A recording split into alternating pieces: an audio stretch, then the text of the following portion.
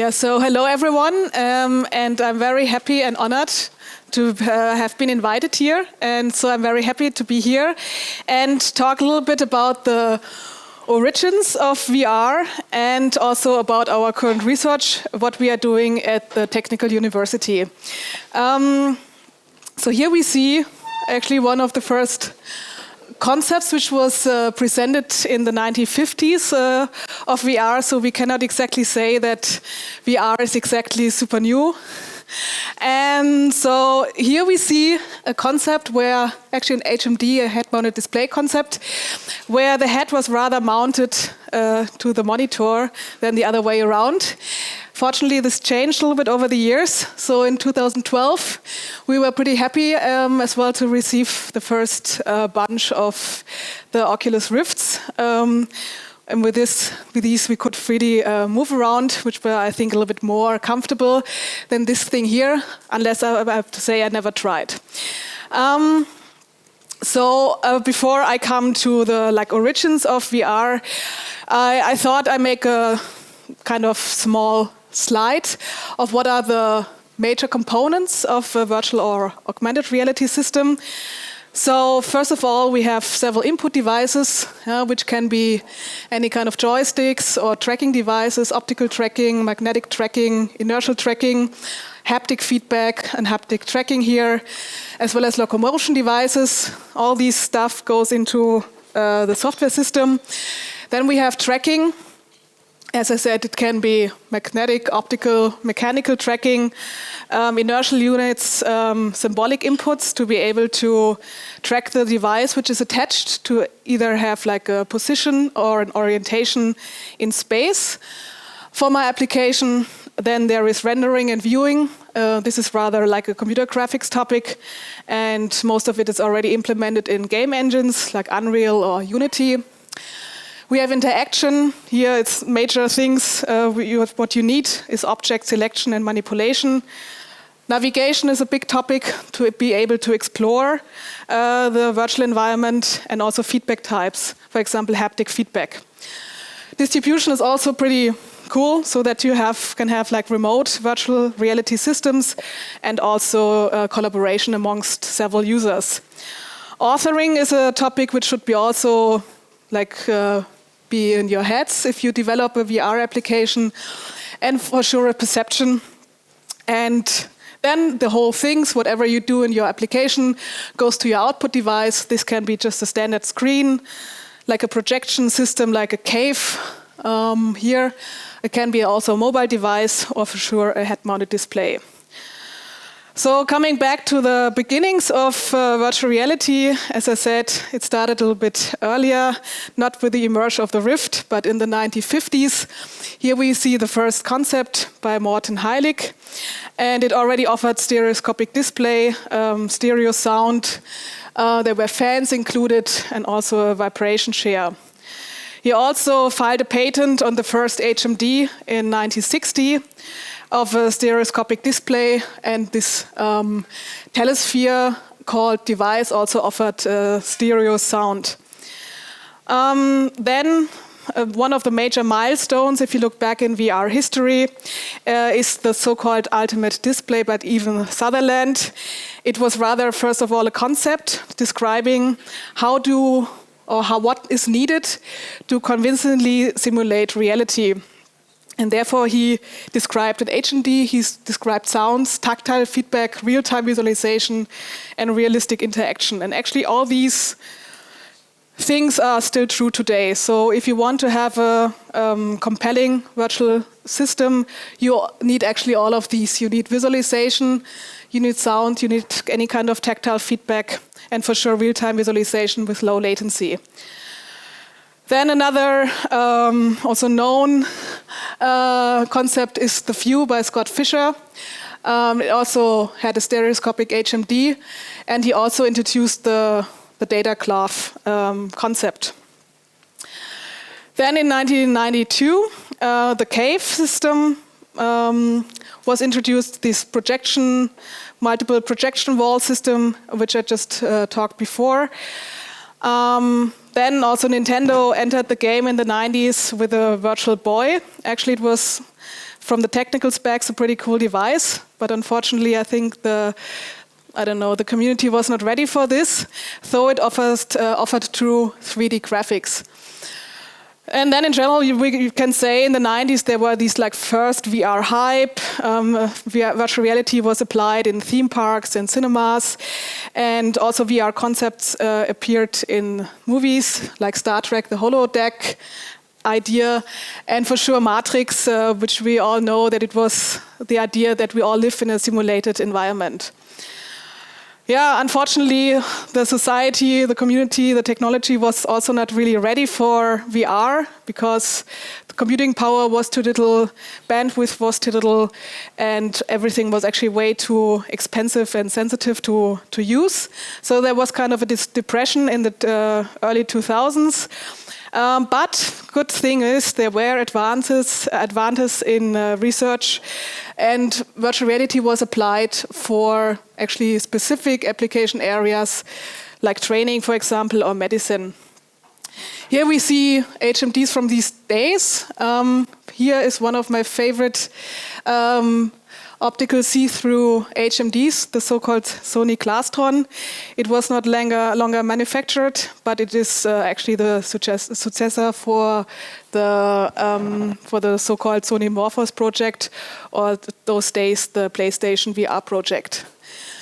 Also tracking or interaction devices like the V-Mode came up. Optical tracking became more and more ubiquitous, like the Vicon system, optical tracking, with which you could cover like standard room sizes or bigger rooms. And also we developed at the Technical University our own optical tracking system, the so-called IO tracker. Because up to today, this is true, you need very accurate and low latency position tracking to have really a compelling and a good virtual environments where you do not get sick. And then, from the middle of the 2005, 6, 7 on, other technology enabled VR, we can say. And first of all, there was a smartphone revolution, and the smartphone development enabled thin and low-cost displays, which were needed to develop the actual head-mounted displays. And the smartphone also acted as ubiquitous computing devices. Furthermore, there were pretty many advances in computer vision, like fast natural feature tracking, which you need for ubiquitous tracking, dense 3D scene reconstruction, and also affordable 2D as well as 3D cameras, as here the Kinect, which emerged in 2010. Then for sure there were a lot of heavy advances in computing power and networking, which is needed for all the real-time, high-quality rendering. And for sure, crowdfunding. No, it's gone. Yeah, there it goes. Crowdfunding also enabled a lot, as we know, and all these led to the, let's say, Kickstarter revolution in 2012, which was started by Oculus with their campaign of the Rift. And then a lot of different things also came up. I just picked a few here. For example, the Prio VR suit, which enabled full body motion tracking with inertial sensors. And then the Cyberus virtualizer came up in 2013. Tunchai came to our lab, and we helped him with the development of the first prototype. Here we see one of the first prototypes. I just found it on my computer, and I thought that's nice to show. Here we see the current Kickstarter kit from 2015. So I think this is also a very great campaign, Tunchai. And yeah, I'm happy to see you here tonight. Yeah. So after this kind of small history of VR starting from the 1950s, I would also like to tell you some of the current research, because VR is not at all done, or it's not at all perfect, we have to say. So there are a lot of open topics, and VR is still a very hot research topic. So in the field of tracking, we concentrate on wide area optical tracking, because, as I said, tracking for like normal room-sized environments, this is not exactly done, but there are many, many products like the Vicon or now the upcoming stuff from Oculus or also from like the Lighthouse Valve system. But still, like if you go larger or if you have interference like light or occlusions and so on, it's still not really robust. We also do research in full body motion capturing, in our case with optical components, and we do tracking and mapping with natural features also of large environments. Then we do a lot of research in interaction. Here first, one thing is one of our latest research is navigation for multiple users, because imagine you have a large room, the people can freely walk around because they are all tracked in the large environment, and then you run into safety issues because you would like to avoid that they run into each other. So multiple user support for VR is still not exactly solved. Then also natural user interfaces for handheld AR is one of my research things. Haptic feedback we do, because it's still like a challenge to enable different haptic feedback depending on the virtual object you touch. And here we work also on novel concepts. And what we also work on is 3D interaction in reconstructed scenes, which are actually dense point clouds. And these scenes we reconstruct using a 3D camera like the Kinect. Rendering and viewing is one of our topic. Here we focus on high quality rendering in augmented reality. Here we see an example. Some parts in these scenes are real, some parts are virtual, and all are influenced by the real light which has been captured during the rendering. So maybe some of you will know what is real and what is virtual, but it's definitely hard to tell. And another thing what we focus is on the perception part, because perceiving in VR is a different thing than in reality. And what we hear, one of our topics is so-called redirected walking. So again, imagine you have a room where you have position tracking and also orientation tracking of your head. And you can walk around, but for sure you are limited to the physical space. And redirected walking enables you that you enlarge your physical space for your larger virtual environment. And so redirected walking plays with the perception of the scene, and so this is one also of our research topics. After this overview, what we do at the Technical University in our research group, I would like to just give you a short overview of some of our projects. So as I said, tracking in large scenes is one of our major things, because it's still pretty unsolved. Here we see indoor navigation in GPS-denied environments, like any kind of indoor environment is GPS-denied. And the major thing is that you have to deal with dynamic and complex indoor scenes to really get or to really make the system running for actual applications. So here we tested our system in the environment of the airport, which I think this is a scene from the airport you all know. Here's the scene going to the gate. And our application allows to be directed to the gates interactively with your handheld device. Then,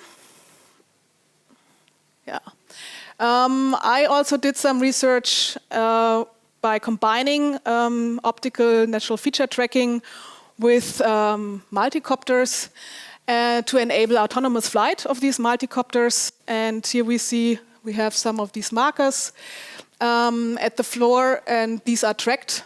Currently, we are working on a system to be able to track also natural features so that we can get rid of these 2D markers here. And the idea here was just that you kind of install an application on your phone, like your autonomous flying application or something like this. You put it on the copter, so the copter becomes smart, yeah? And then the copter is able to fly in indoor environments very precisely.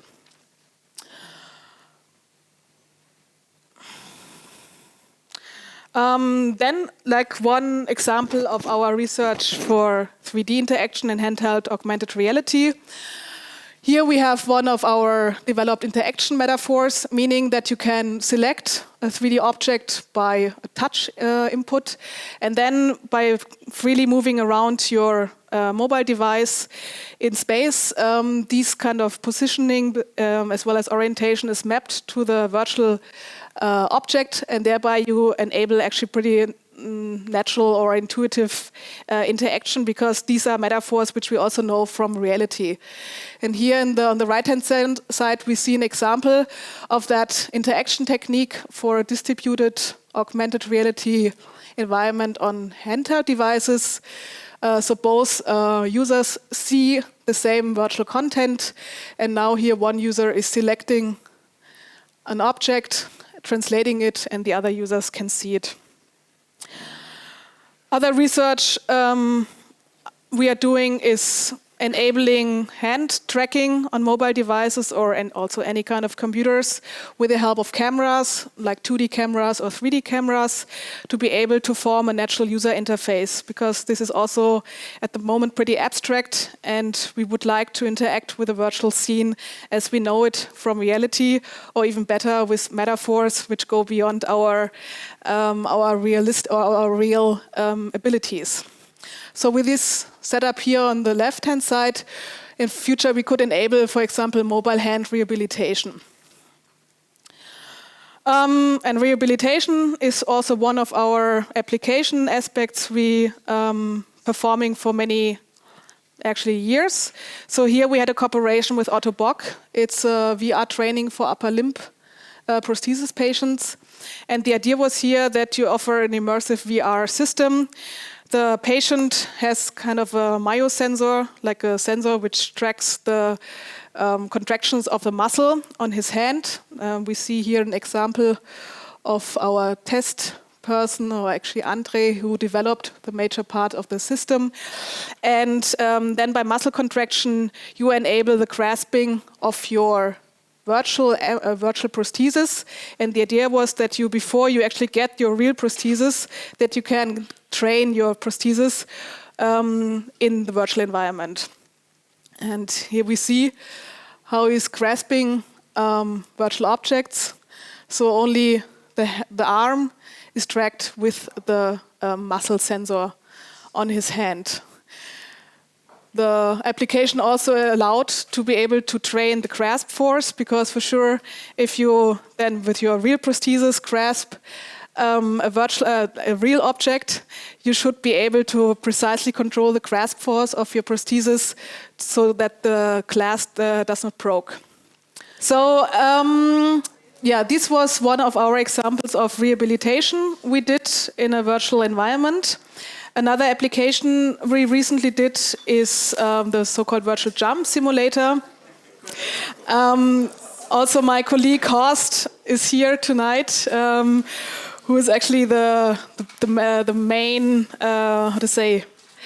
brain behind the hardcore tester of the system. So the idea was here for the 200 years anniversary of the Technical University, to build up an interactive system which shows the capabilities of today's technology. And so we built this VR jump simulator, which offers a virtual jump over Vienna. And here at the top, you see me in the jumpsuit, then also the view of Vienna when you jump from the ramp and actually then from the ramp, which is the virtual plane, you jump and you see here the city below you, and this is a view of the rendering while you're approaching Vienna, and then in the end you land in the hall of the Technical University, and you get some congratulation note from the director. So here we see also some phases of the jump from one of our brave test candidates. So many people actually were kind of scared to really jump, because you do not see the real environment around you. But we also had people who just put on the HMD and just jumped. And one of those were Fieberg, the Austrian astronaut. And then I realized, okay, I thought so that he will have no problems to jump from that little ramp when he was in space. So we also had a lot of fun with developing this application. And currently we also develop new content for this. After this brief overview of really just some of our research projects, I just compiled a list of challenges, and as you can see, we are far away from being done. So go out, develop, make something, because there is a lot of things not only coming up as all the headsets which come up in 2016, but we also have like some challenges when it comes to augmented reality, because we know that Microsoft announced the HoloLens, but unfortunately so far, telling from the specs, this is far away from having large field of view or good contrast. So these are for augmented reality classes. These are open topics to solve. As I said, for tracking, wide area position tracking is one of the major challenges to enable compelling VR environments in large spaces. Hand and body gesture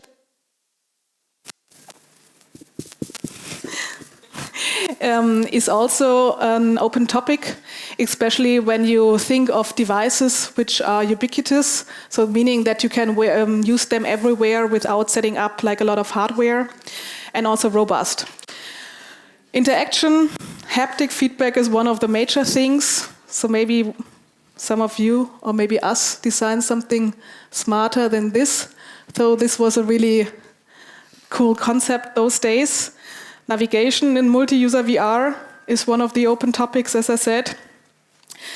And to also enable more realistic interaction, we should also understand humans as full sensors and not only enabling hand gesture tracking or other kind of interaction with the hands, but also understand us as a sensor. Perception is also one thing which needs more research and also more development. Cyber sickness is up to now still a big thing. It might become much better when all the new HMDs are out, and also tracking is more accurate and offers low latency or lower latency than those days. Spatial understanding in VR is another research topic which is on for many years. I also perform some research in this. The study some of you took part on, thanks for your support, by the way. The results are not yet out and not yet published, but maybe in some weeks when my boss and the key researcher of the VR group, Hannes, where's Hannes? There's Hannes, give his talk here. Maybe he can then present some of the results. And also when it comes to VR for everyone, we need systems, we need standards. So there is not like a standardized 3D interaction framework out there. Application frameworks, there are many, but still, they are not having like standardized in any way. And also we should think of VR operating systems for the future. So with these open challenges, I end my talk. I thank for your interest, and I'm happy to answer any questions. Thanks.